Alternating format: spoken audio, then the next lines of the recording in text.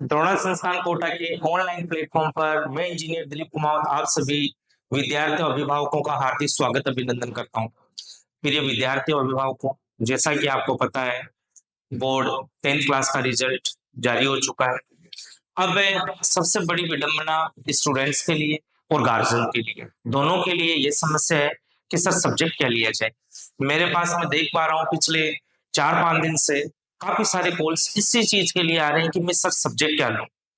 एक चीज तो सबसे बड़ी तो अपने को ये देखना पड़ेगा कि सब्जेक्ट का चुनाव करते वक्त अपने को अपनी स्किल्स पर ध्यान देना पड़ेगा।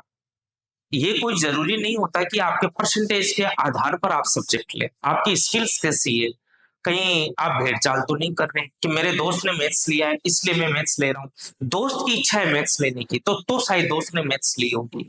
तो आपको इस चीज का स्पेशली ध्यान देना है कि आपकी रुचि क्या है। आपकी जो रुचि है उसी के अनुसार यदि आप काम करेंगे, दुनिया के अंतर्गत बहुत सारे ऑप्शन है, आप बहुत बेटर चीजें कर सकते हैं। आगे मैं ये वीडियो आपके लिए काफी इंपॉर्टेंट साबित होने वाला है। मैं साइंस के रिगार्डिंग बात करूंगा कि साइंस के अंतर्गत आखिरकार स्कोप क्या क्या है। द्रोणा संस्थान के द्वारा 10th के बाद में 11th क्लास के लिए जो मूविंग स्टूडेंट्स हैं उनके लिए नए बैच प्रारंभ 1 तारीख से होंगे। अब अपन बात कर रहे हैं कि सर मेरा 10th का रिजल्ट भी आ चुका है, मैं सब्जेक्ट क्या लूं। सब्जेक्ट की जहां तक बात आ रही है, आप देखें 10th क्लास के बाद में सब्जेक्ट 11th क्लास में जो अपन चूज करते हैं, सबसे पहला सब्जेक्ट साइंस, दूसरा आर्ट्स और तीसरा कॉमर्स। सब्जेक्ट चाहे कोई सा भी हो, सभी सब्जेक्ट अच्छे ही होते हैं। हर सब्जेक्ट में कुछ ना कुछ स्कोप है, लेकिन कुछ सब्जेक्ट ऐसे होते हैं जिनमें अपॉर्चुनिटीज कुछ ज्यादा रहती है। जैसे प्राइवेट सेक्टर की बात करें उनके अंतर्गत है, गवर्नमेंट सेक्टर्स के लिए भी है। तो वो जो सेक्टर्स बात करें वो सब्जेक्ट अपने पास में साइंस। साइंस की जहां तक मैं बात बता पा रहा हूं आपको, साइंस भी अपने आप में 3 स्ट्रीम रखता है, साइंस मैथमेटिक्स, साइंस बायोलॉजी और साइंस एग्रीकल्चर। साइंस में एग्रीकल्चर भी एक सब्जेक्ट होता है, ये भी बहुत कम ही लोग जानते हैं। जनरली ये 3 अपने पास में साइंस के 3 स्ट्रीम रहेंगी। इन तीनों स्ट्रीम के बारे में यदि अपन बात करें तो आगे इसके लिए जॉब अपॉर्चुनिटीज की बात कर रहे हैं अपन, कहाँ कहाँ नौकरियां हैं, कहाँ कहाँ स्कोप है, इन सब्जेक्ट में क्या क्या चीजें अपने को पढ़नी है। सबसे पहले साइंस स्ट्रीम में बात करें अपन साइंस मैथमेटिक्स की। साइंस मैथमेटिक्स में जो कंपलसरी सब्जेक्ट होते हैं हिंदी इंग्लिश 11th-12th क्लास के अंतर्गत वो कंपलसरी हो गए। जो ऑप्शनल सब्जेक्ट होते हैं कि सर मैंने मैथमेटिक्स लिया है तो मैथमेटिक्स को पीसीएम मतलब फिजिक्स, केमिस्ट्री और मैथमेटिक्स, ये 3 सब्जेक्ट रहेंगे अपने पास में। मेडिकल, मेडिकल का मतलब है बायोलॉजी। यदि अपन साइंस में बायोलॉजी सब्जेक्ट लेते हैं तो फिजिक्स, केमिस्ट्री और biology, P C B 3 subject अपने को मिलने वाले हैं। आगे अपन बात करें एग्रीकल्चर स्ट्रीम के लिए।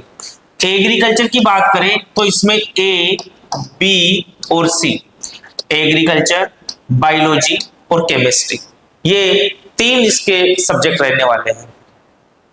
आगे बात करते हैं, सबसे पहले अपन बात करते हैं पीसीएम या मैथमेटिक्स के स्टूडेंट्स के लिए कि सर मैं मैथ ले लूं तो क्या मैं कर पाऊंगा, या फिर मेरे पास में इसके लिए जॉब अपॉर्चुनिटीज कहाँ कहाँ है। हाँ, मैथ्स का स्टूडेंट हर जगह जा सकता है, बहुत सारी जॉब अपॉर्चुनिटी, कुछ एक्स्ट्रा भी एडिशनल चीजें भी होती है जिन पर अपन डिस्कस करेंगे। सबसे पहले अपन बात करते हैं NDA, national defence academy. NDA mathematics लेने वाले हर स्टूडेंट का सबसे पहला जो टारगेट रहता है वो रहता है कि सर मैं जेई का एग्जाम करेंगे, जॉइंट एंट्रेंस टेस्ट, जो कि मेंस और एडवांस के नाम से आपने एग्जाम का नाम सुना होगा। एग्जाम तो जेई के नाम से होता है, लेकिन ये आईआईटी के लिए लगने वाला एग्जाम है इंजीनियरिंग के लिए। सबसे पहले इंजीनियरिंग की यदि यहाँ पर थोड़ा सा देखें, जेई के नाम से 12th के साथ में आप ये पेपर दे सकते हैं। मेंस का जो बच्चा एग्जाम क्वालिफाई कर लेता है वो बच्चा एडवांस के लिए एलिजिबल रहता है। एडवांस क्वालिफाई करने के बाद में आईआईटीज कॉलेज में एडमिशन होता है। जो मेंस जो बच्चा पास करता है वो स्टूडेंट एनआईटी का मतलब होता है national institute of technology colleges. इसी के अलावा हर स्टेट की वो जो गवर्नमेंट इंजीनियरिंग कॉलेजेस होती हैं वहां पर भी एडमिशंस होते हैं। अगला देखें अपन NDA, national defence academy, army, navy, air force. इनके अंतर्गत ऑप्शंस है बी आर्च, बी आर्किटेक्चर के अंतर्गत इंटीरियर लैंडस्केप डिजाइनिंग के लिए, प्लानिंग डिजाइनिंग के लिए, इंजीनियरिंग के लिए बैचलर ऑफ टेक्नोलॉजी जो इंजीनियरिंग के लिए बी या बीटेक होता है। इसी के अलावा डेयरी टेक, फूड टेक होता है, technical entry in the Indian army है, और एग्रीकल्चर इंजीनियरिंग। एग्रीकल्चर इंजीनियरिंग भी अपने आप में स्पेसिफाई अलग से है। इस एग्रीकल्चर इंजीनियरिंग में जाने के लिए अलग से एग्जाम होता है, और जो एग्जाम होता है उस एग्जाम का नाम है CUET, common university entrance test. आगे बात करें अपन BCA, bachelor of computer applications, BIS, Indian engineering service के एग्जामिनेशंस होते हैं। इसके अलावा MA इंजीनियरिंग टीचिंग के लिए होता है, मर्चेंट नेवी के लिए है, मेरीन इंजीनियरिंग के लिए है, MBA है, रेलवे के अंतर्गत जॉब है, पब्लिक सेक्टर्स के लिए जॉब है। आगे यदि अपन जाना चाहें तो आगे सिंपल BSc कर सकते हैं। सिंपल BSc के बाद में वापस अपन चाहे टीचिंग लाइन की तरफ जाना चाहे उधर जा सकते हैं। सिविल सर्विसेज, सारे के सारे ऑप्शंस खुले हुए हैं। ये अपने पास में मैथ के लिए कुछ स्पेसिफाइड जॉब रहते हैं, तो नो डाउट अच्छा सब्जेक्ट है। हाँ, जनरली थोड़ा सा ये कहा जाता है कि साइंस थोड़ा सा, कि साइंस मैथ्स है, मैथ्स थोड़ा सा हार्ड है। हार्ड ऐसा कुछ भी नहीं होता। यदि आपको, आप में बच्चे में यदि पढ़ने की ललक हो और यदि आपको गाइडेंस प्रॉपर वे के अंतर्गत तो सही तरीके से मिले, स्टेप बाय स्टेप यदि आप काम करें तो नो डाउट बहुत अच्छा सब्जेक्ट है। मैथमेटिक्स आपको लेना चाहिए। क्लियर? आगे बढ़ते हैं। नाउ आई डिस्कस कि अपने पास में जो एग्जाम कौन से थे जिनके बारे में अपन थोड़ा सा डिस्कस कर चुके हैं कि जेई का मेंस का हो गया, जेई एडवांस का एग्जाम हो गया, एनडीए एक साल में 2 बार लगता है, एनडीए फर्स्ट और NDA second. CUET generally after 12th के बाद में, जो ही आप 12th का पेपर देंगे उसके जस्ट बाद में होने वाला ये एग्जाम होता है। जेईटी भी आफ्टर 12th के बाद में एग्जाम होता है। इस सीयूटी के थ्रू एक्चुअल में है क्या, एक्चुअल के अंतर्गत आप डेयरी टेक्नोलॉजी DT और FD का मतलब है फूड टेक्नोलॉजी, एक ब्रांच और होती है एग्रीकल्चर इंजीनियरिंग, इनके अंतर्गत इस सीयूटी एग्जाम के थ्रू जा सकते हैं। नेक्स्ट जेईटी अपन बात करें तो ये राजस्थान के लिए, जनरली जेईटी का मतलब लोग ये समझते हैं कि जॉइंट एंट्रेंस टेस्ट एग्रीकल्चर के लिए होता है। इसमें PCM के स्टूडेंट्स भी दे सकते हैं।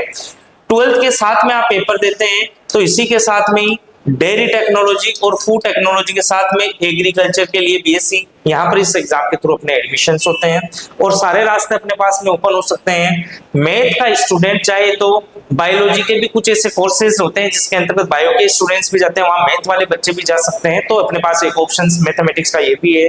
दूसरा, एग्रीकल्चर स्ट्रीम में भी मैथ का स्टूडेंट जाना चाहे वहां पर भी जा सकता है। अच्छा स्कोप है मैथ्स का, बिल्कुल आप इसके बारे में विचार कर सकते हो। बस आपके पास में पढ़ने की लगन हो, लगातार आपको प्रॉपर गाइडेंस मिले, लगातार आप किसी की देख रेख के अंतर्गत यदि वर्क करे, काम करे, मेहनत करे, नो डाउट अच्छे से आप एग्जाम करे कर सकते हैं। आगे बात करते हैं अपन पीसीबी मतलब साइंस, और साइंस का ये एक पार्ट अपने पास में पीसीबी जो कि बायोलॉजी सब्जेक्ट है। इस बायोलॉजी की बात करें तो बायो के जो भी स्टूडेंट है कहीं ना कहीं सबसे पहला टारगेट जो होता है, और वो पहला टारगेट होता है नीट, डॉक्टर बनना, नीट का एग्जाम। इस नीट के लिए यहाँ पर विद्यार्थी को और अभिभावक को, गार्जियन को, दोनों को ये चीज समझनी पड़ेगी। टोटल अप्रोक्स लगभग पूरे ऑल ओवर इंडिया के लिए होने वाला एग्जाम, जिसके अंतर्गत लगभग 24 lakh student appear in this exam. लगभग 24 लाख बच्चे इस एग्जाम के अंतर्गत नीट के एग्जाम में बैठते हैं। इन 24 लाख बच्चों में से लगभग 1,18,000 के आसपास टोटल MBBS के लिए सीटें हैं।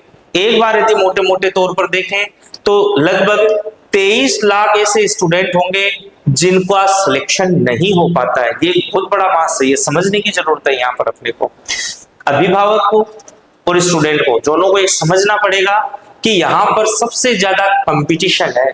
और इस कंपटीशन की यदि बात करें तो लगभग जो बच्चे जितने भी एग्जाम में बैठते हैं उनमें से लगभग 23 लाख के आसपास बच्चों का सिलेक्शन नहीं होता है।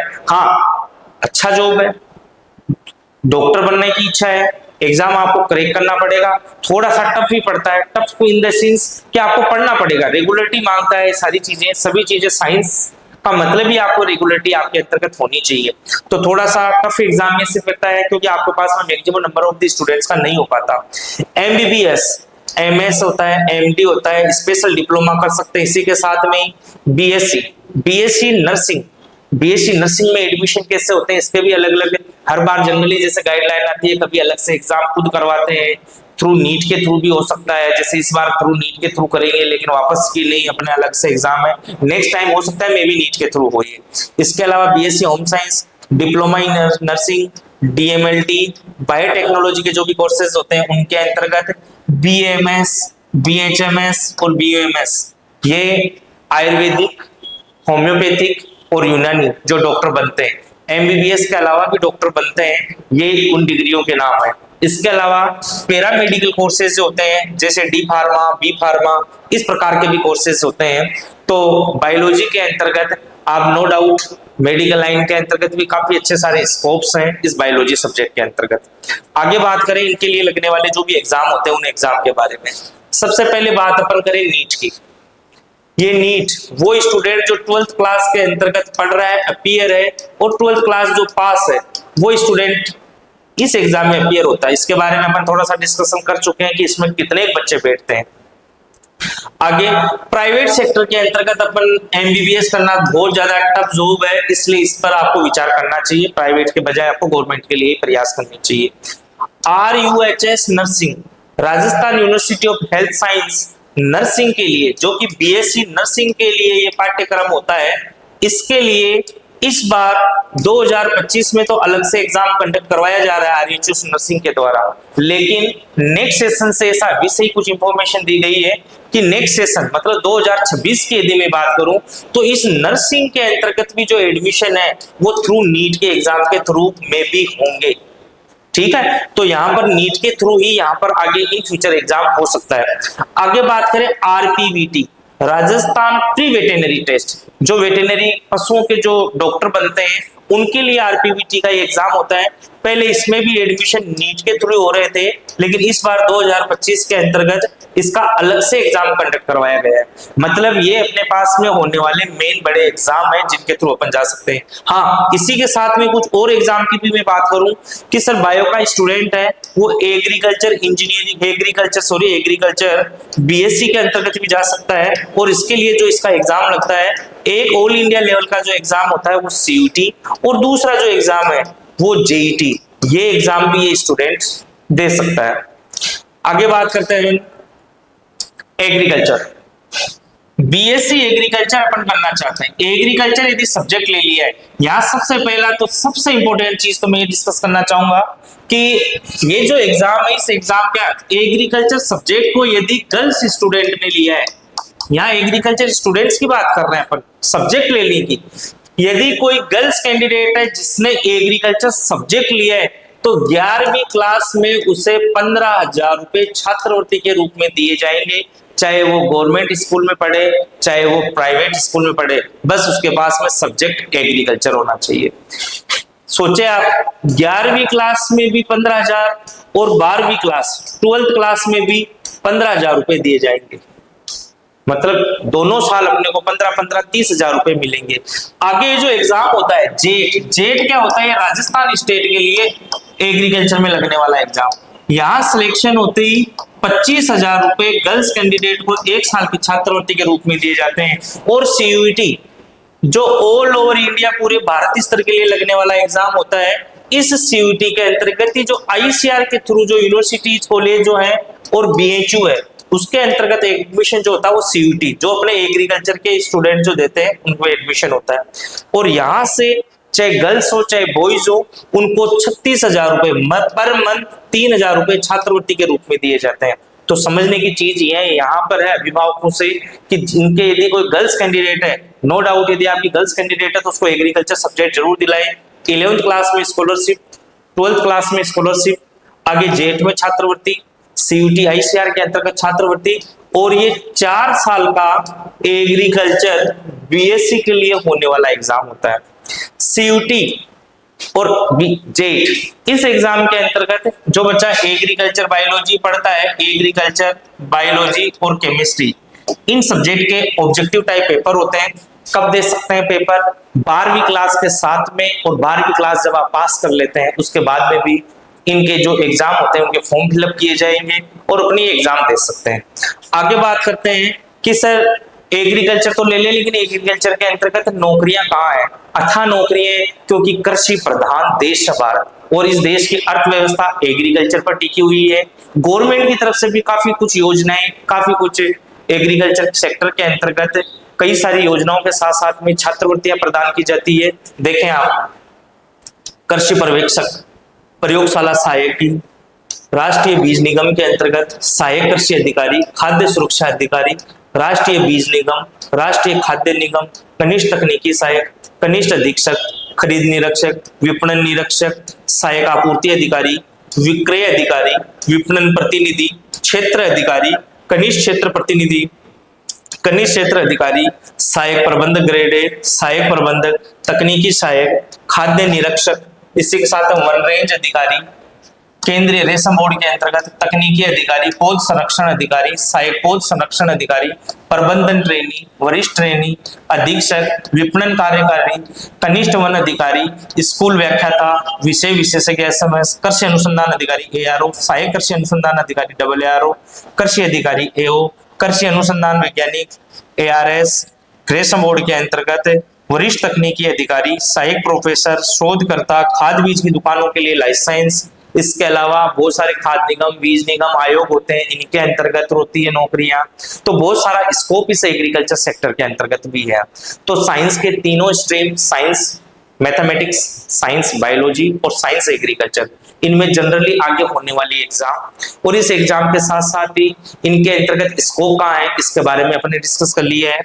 आगे बढ़े अपन, संस्थान के द्वारा जो स्टूडेंट जिसने इसी साल 2025 में बोर्ड एग्जाम पास कर लिए, चाहे वो आरबीएसई बोर्ड से हो, चाहे वो सीबीएसई बोर्ड इंग्लिश मीडियम से हो, उनके लिए 10th से 11th मूवी स्टूडेंट्स के लिए संस्थान के द्वारा, चाहे आप सब्जेक्ट बायोलॉजी ले, मैथ्स ले या एग्रीकल्चर ले, इनके साथ में इनके कॉम्पिटिटिव एग्जाम, जैसे मैथ्स ले तो आईआईटी जेईई की तैयारी, साथ में एनडीए, नेवी, एयरफोर्स, इसी के साथ में dairy technology, food technology, agriculture engineering, इनके लिए जो फाउंडेशन बैच है वो 1 जून से स्टार्ट हो रहे हैं। बायोलॉजी के साथ में नीट जेईई, जो आरबीवीटी की बात करें, नर्सिंग के रिगार्डिंग कोर्स बात करें, पैरामेडिकल जो कोर्सेज होते हैं इनके लिए, एग्रीकल्चर यदि आप स्ट्रीम लेते हैं तो आपके लिए जेट की तैयारी, सीईटी की तैयारी, इन सभी के लिए संस्थान के द्वारा तैयारी के लिए नए बैच 1 जून से स्टार्ट हो रहे हैं। वेल एजुकेटेड फैकल्टी, इसके साथ साथ के अंतर्गत मात्र स्कूल फीस के अंतर्गत ही आपको इन सब चीजों की तैयारी करवाई जा रही है। संस्थान के अंतर्गत छात्रावास सुविधा उपलब्ध है गर्ल्स एंड बॉयज के लिए। इसी के साथ में संस्था ने जबरदस्त आज तक रिजल्ट दिए, बोर्ड एग्जाम के भी बहुत जबरदस्त तैयारी करवाई गई है और जबरदस्त यहाँ से रिजल्ट्स रहे हैं। आगे यदि अपन बात करें कि सर हम संस्थान में क्यों लें एडमिशन, हमें मैथमेटिक्स तो ले ली, लेकिन मैथमेटिक्स सर हम क्या पढ़ाया जाएगा यहाँ पर, यहाँ का सिस्टम क्या है, why we choose Drona career institute, हम द्रोणा संस्थान के अंतर्गत एडमिशन लें तो क्यों लें, यहाँ ऐसा क्या है स्पेशल, आगे डिस्कस करते हैं। सबसे पहले बात करें अपन, सबसे पहले बात करें why choose Drona.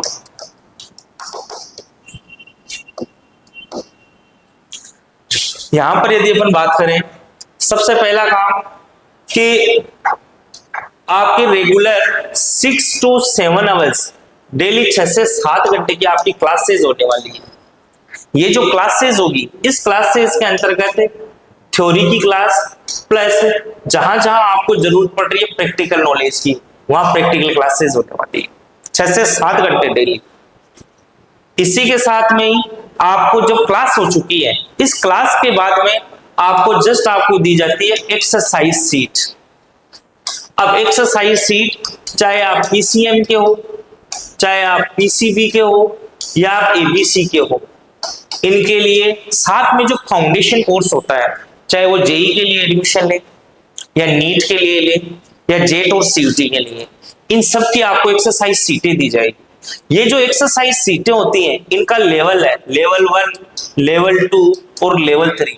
Level first वाली जो एक्सरसाइज सीट होती है, इसके अंतर्गत सारे के सारे जो भी चैप्टर था, उस चैप्टर के जो भी टॉपिक है, उनके टॉपिक वाइज क्वेश्चंस है, बिल्कुल इजी क्वेश्चन, जहां से स्टूडेंट आराम से इजी गोइंग लर्निंग कर सके। सेकेंड स्टेज पर जो आजकल का लेटेस्ट एग्जाम का पैटर्न है, चाहे वो कथन कारण के एंड आर के क्वेश्चन हो, चाहे वो कॉलम मैचिंग से रिगार्डिंग क्वेश्चन हो, इस प्रकार के, और डायग्राम बेस्ड क्वेश्चन हो। ये लेवल 2 है। लेवल 3 के अंतर्गत पीवाईक्यूज, प्रीवियस ईयर क्वेश्चंस, पिछले सालों में आज तक इस एग्जाम में क्या क्या क्वेश्चन पूछे गए हैं, इनके रिगार्डिंग सारे क्वेश्चंस दिए जाते हैं। 3 पार्ट के अंतर्गत ये एक्सरसाइज सीट को डिफरेंशिएट किया गया है। क्लास भी होगी, एक्सरसाइज सीट, सारे के सारे क्वेश्चन एक स्टूडेंट से हो जाए कोई जरूरी नहीं है।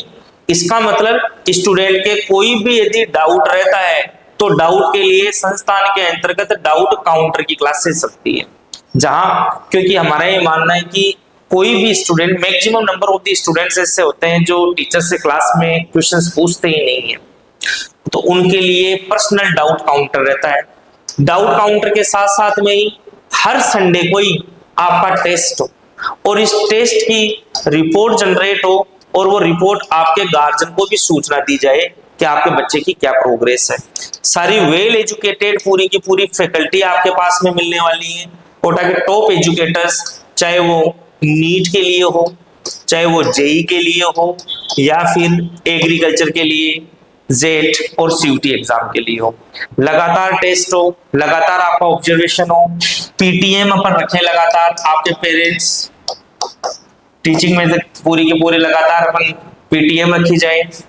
इस मीटिंग के थ्रू आपकी प्रोग्रेस का हर महीने के थ्रू अपन एनालिसिस कर सके। इसी के साथ में ही थ्योरी के लगातार टेस्टेस हो, जिससे बोर्ड के आपकी स्किल्स पावर सुधरे। ये सारा का सारा एक सिस्टम है।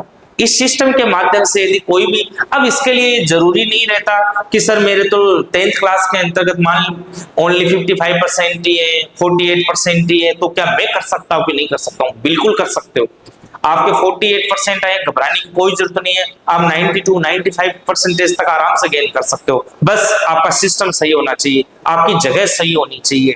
ऐसा नहीं है कि केवल आपने कंपटीशन का सोचकर किसी इंस्टीट्यूट में एडमिशन लिया और वहां केवल बोर्ड तैयारी करवाई जा रही है। होता है ऐसा कई बार, गार्जियंस के साथ में, स्टूडेंट्स के साथ में कम फीस लेकर किसी भी बच्चे के साथ में चीटिंग कर ली जाती है। इस चीज पर आपको स्पेशली ध्यान देने की जरूरत है। वहां आप किसी भी संस्थान का चुनाव करें तो वहां का सिस्टम देखें, पूरा का पूरा आप सिस्टम चेक करें, वहां का पुराने स्टूडेंट्स के व्यूज वगैरह देखें, वो क्या कहना चाह रहे हैं, संस्थान का रिजल्ट कैसा है, पढ़ाने वाले टीचर्स कौन है, वहां फैकल्टी जो पढ़ा रही है वो उनकी क्वालिफिकेशंस क्या है, वहां का कंटेंट क्या चीजें हैं, जो आज तक यहाँ से सिलेक्शन कितने बच्चों का हुआ है, ये बहुत सारी चीजें ध्यान देने की होती है। इन सब चीजों का आप बिल्कुल ध्यान दें। नो डाउट आप अच्छे से अच्छा, बेटर से बेटर कर सकते हैं। फिर मैं एक लास्ट में एक चीज कहना चाहूंगा, ये एकमात्र एग्जाम है, एग्जाम एक कागज का टुकड़ा है, यह आपका जीवन निर्धारित नहीं कर सकता। कोई फर्क नहीं पड़ता यदि आपके कुछ परसेंटेज कम भी आ गए, कोई दिक्कत नहीं है। डेली अगले दिन नया सवेरा होता है, कोई दिक्कत नहीं है। एक बार यदि कोई एक एग्जाम यदि अपने से नहीं हुआ, कोई समस्या नहीं है। आप बिल्कुल अच्छे से तैयारी करें, मेहनत करें, प्रयास करें, बिल्कुल बेझिझक आप बहुत अच्छे से बेटर आप कर पाएंगे। आगे यदि अपन बात करें, कुछ संस्थान के कुछ रूल रेगुलेशंस भी हैं कि बच्चा रेगुलर क्लास अटेंड करे। मैं गार्जियन से जानना चाहूंगा कि क्या ऐसा पॉसिबल है क्या कि बच्चा कभी कभी कोचिंग में कभी आए कभी नहीं आए, उसका सिलेक्शन हो जाए? नो, ऐसा नहीं होता है। बच्चे को रेगुलरिटी क्लास के अंतर्गत आनी पड़ेगी। गार्जियन को लगातार मीटिंग करनी पड़ेगी, संस्थान के लगातार संपर्क में रहना पड़ेगा। नो डाउट अच्छा बच्चा आराम से बेटर तरीके से कर सकता है। संस्थान में नए बैच स्टार्ट हो चुके हैं, कहीं ऐसा नहीं हो कि ट्रेन निकल जाए और अपन वेट करते हुए रह जाए। ट्रेन निकल रही है, आपको भी उसी ट्रेन के अंतर्गत टाइमली आपको बैठना है, और आपने जो सपने जो सोचे हैं कि बच्चा हमारा डॉक्टर बनेगा, इंजीनियर बनेगा, एग्रीकल्चर के अंतर्गत बेटर करेगा, तो द्रोणा संस्थान में आपका स्वागत है। यदि आप क्वालिटी के साथ में समझौता नहीं करते हैं तो एक बार आए, देखें। जय हिंद, जय भारत। बहुत बहुत धन्यवाद। इस वीडियो को ज्यादा से ज्यादा आप शेयर करें। Thank you very much.